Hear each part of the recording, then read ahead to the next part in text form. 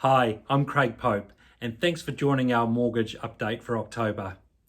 Firstly, you've probably seen a lot of information in the media about house prices. Certainly the medium house prices seem to keep rising almost every week. It's a real tough environment out there for first home buyers.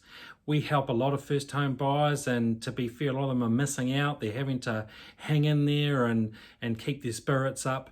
But I think all you can do at this stage, if you're one of those first home buyers out there that's doing it tough, is hang in there.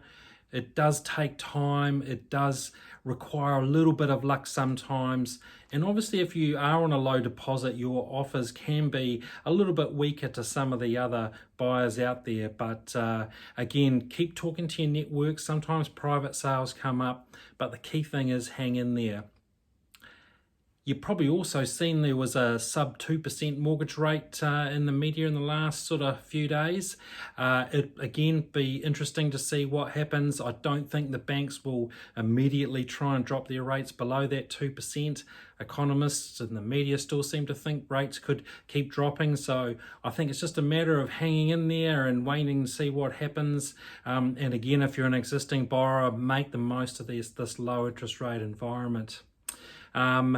As usual, as I mentioned sort of last month, definitely you've got to be meticulous with the paperwork. The banks are still pretty strict on how they assess people.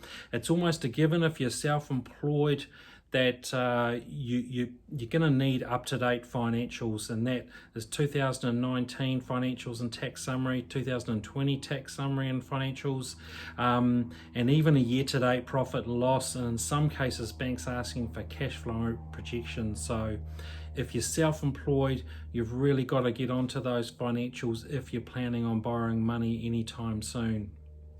There has also been a little bit of talk I've seen about whether the Reserve Bank will introduce LVR restrictions again next year, possibly even just for investors. So that could be a good time for investors to really, now's the time to get in there and buy a house if you are fairly highly leveraged, while the Reserve Bank restrictions allow you to buy a rental with 20% deposit. So I know we're dealing with a lot of rental investors that are trying to do their best to buy something, and it's just a matter of you might need to do it sooner rather than later, even though it is a hot market.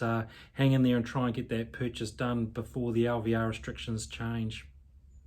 But as usual, any questions, no matter how big or small, feel free to call me 0800 000 518 or send me an email. Thank you.